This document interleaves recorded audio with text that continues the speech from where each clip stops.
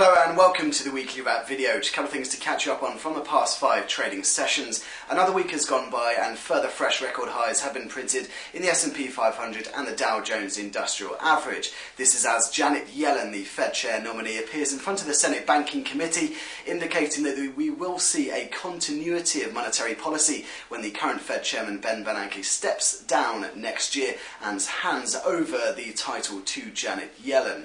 This did push some upside in US stock futures, but elsewhere this week from the Bank of England we have had their quarterly inflation report where Mark Carney and his board brought forward their estimate for a 7.0% jobless rate in the UK. So that's from their prior estimate of Q3 2016 to their now estimate of Q3 2015, so bringing forward by an entire 12-month period the time at which the Monetary Policy Committee will consider tightening rates in the UK.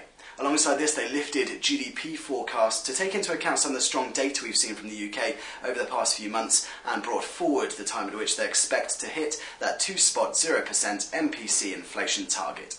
And then on a final note, out of the Chinese Communist Party, they released the details of the full reform package from their third plenary session, which concluded on Tuesday.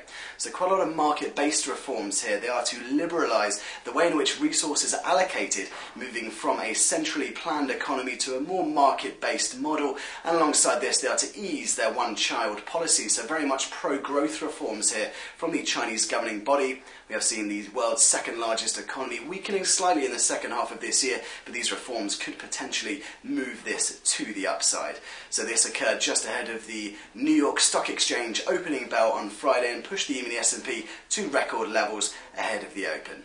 But if we look ahead to next week's risk events, we have minutes releases from the central banks, both the FOMC, where of course last month they decided to retain that $85 billion a month QE purchases, and from the Monetary Policy Committee. So I hope you've had a fantastic past 5 days of trade, but I hope you have an even better weekend.